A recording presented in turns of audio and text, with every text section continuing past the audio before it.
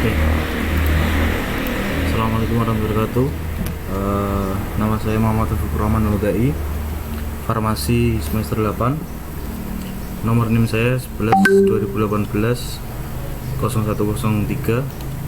Saya di sini akan menerangkan 3 materi, yakni tentang sistem imun dan mikrobiologi, parasitologi. Oke, yang pertama ada imunologi dasar di buku imunologi dasar. Nah, ini yang pertama, untuk pengertiannya sendiri, imunologi merupakan ilmu yang meneliti struktur dan fungsi sistem imun serta mempelajari hubungan antara imunitas dan penyakit. Pengetahuan yang telah kita peroleh melalui sejarah perkembangan imunologi menjadikan kita mampu mengerti konsep-konsep imunologi. Disiplin imunologi berkembang dari pengamatan bahwa mereka yang sembuh dari penyakit infeksi menjadi terlindungi terhadap penyakit tersebut.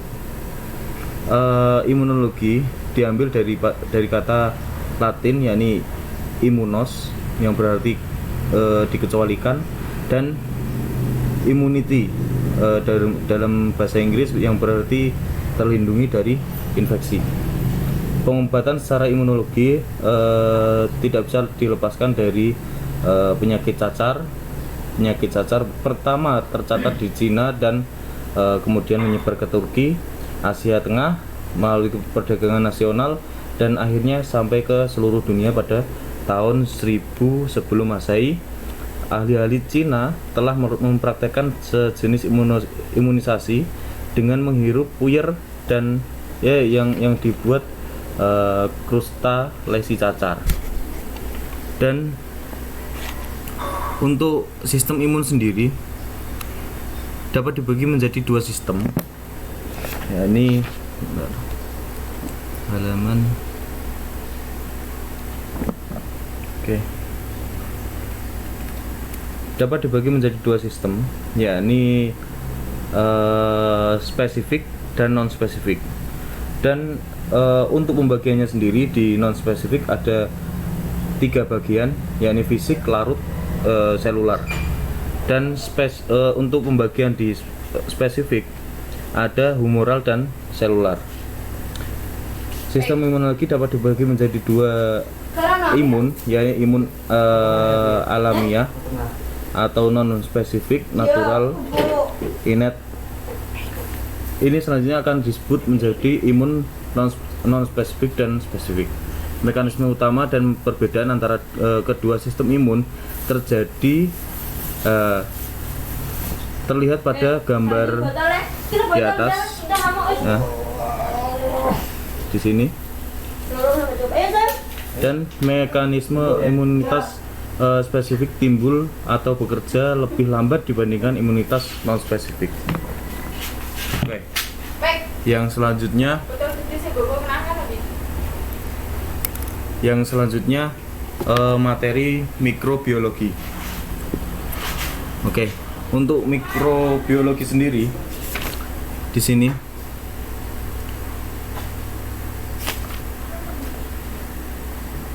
mikrobiologi ialah telah mengenai organisme hidup yang berukuran mikroskopis. Dunia mikroorganisme terdiri dari 5 kelompok organisasi, yakni bakteri, protozoa, virus, serta algae, dan cendawan mikroskopis. Dalam bidang mikrobiologi, kita mempelajari banyak segi mengenai jasad-jasad renik ini. Juga dinamakan mikrobe atau protista, di mana adanya ciri-cirinya, kekerabatannya antara sesamanya, seperti juga dengan kelompok organisme lainnya. Pengendaliannya dan peranannya dalam kesehatan serta kesejahteraan kita. Mikroorganisme sangat erat terkaitnya dengan kehidupan kita. Beberapa diantaranya bermanfaat dan yang lain merugikan. Oke, untuk mikroorganisme ini dibagi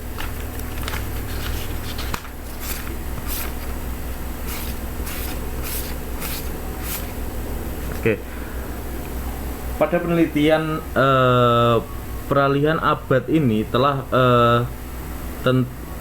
telah tentang mikrobiologi bercabang menjadi dua arah berbeda tetapi saling melengkapi. Yang pertama berkenaan dengan penelitian lebih lanjut untuk menemukan kegunaan mikroorganisme. Yang kedua berkaitan dengan telaah terperinci dengan ciri-ciri hayati jasad renik. Hasil penelitian tentang ciri-ciri hayati mikroorganisme itu terbukti tak ternilai pentingnya bagi semua bidang dalam biologi. Alasannya bahwa penelitian terdahulu menunjukkan bahwa fisiologi dan susunan kimiawi jasad-jasad renik ternyata secara asasi sama bagi semua organisme hidup lainnya, karena mereka itu memiliki banyak sifat yang menjadikan ideal untuk digunakan dalam penelitian. Oke, di sini ya labelnya. Oke, untuk materi selanjutnya yakni materi parasitologi. Oke. Untuk materi parasitologi di sini dijelaskan buku karangan Hasim buku mikrobiologi dan parasitologi di halaman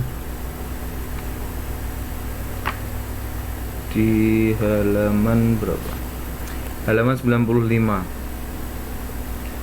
Di sini dijelaskan kata parasitologi berasal dari parasitos, berarti jasad yang mengambil makanan, dan logos berarti ilmu.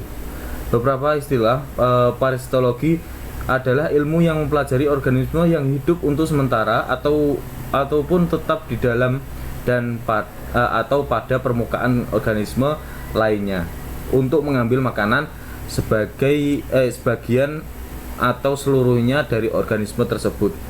Sebelum kita mempelajari parasitologi lebih dalam, perlu dikenal beberapa istilah penting yang diketahui, yakni seperti simbioisme merupakan bentuk hidup bersama dua jenis organisme yang bersifat permanen dan tidak bisa dipisahkan. Sifat simbioisme ada yang menguntungkan dan tidak menguntungkan, dan juga tidak merugikan.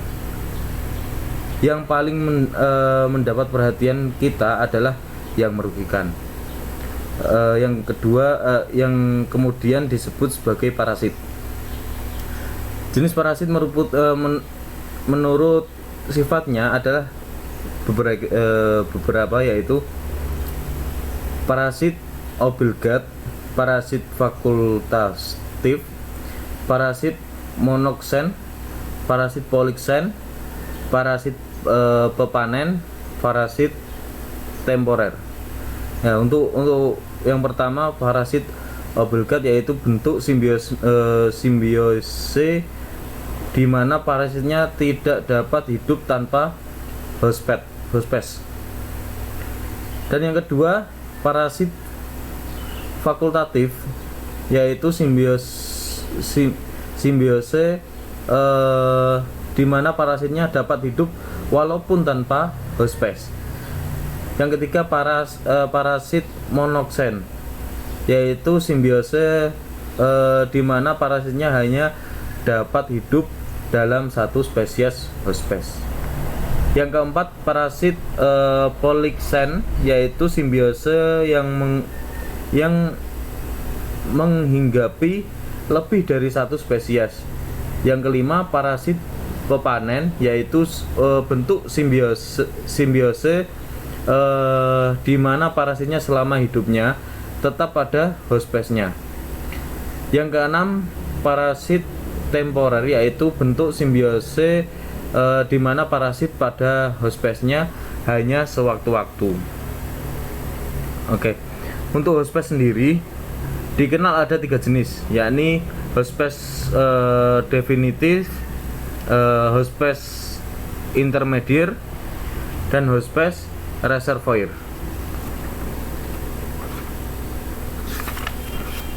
Untuk klasifikasi parasit sendiri, secara umum pembagian parasit tersebut sebagai berikut. Pembagian parasit berdasarkan atas jenis parasit tersebut, yaitu kelompok tumbuhan atau kelompok binatang.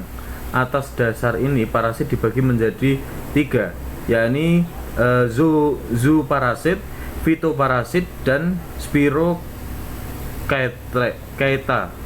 dan virus. Selain pengembangan tersebut yang disebut di atas, parasit dapat dibagi berdasarkan letak atau tempat di mana parasit tersebut hidup, sehingga dikenal istilah endoparasit dan ektoparasit.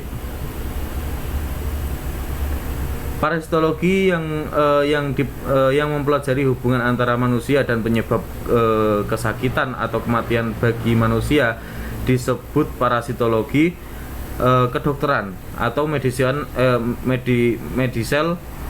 parasitologi. Penyebab kesakitan dan kematian pada manusia tersebut dapat dari protozoa, helminthes atau kelompok cacing, arthropoda,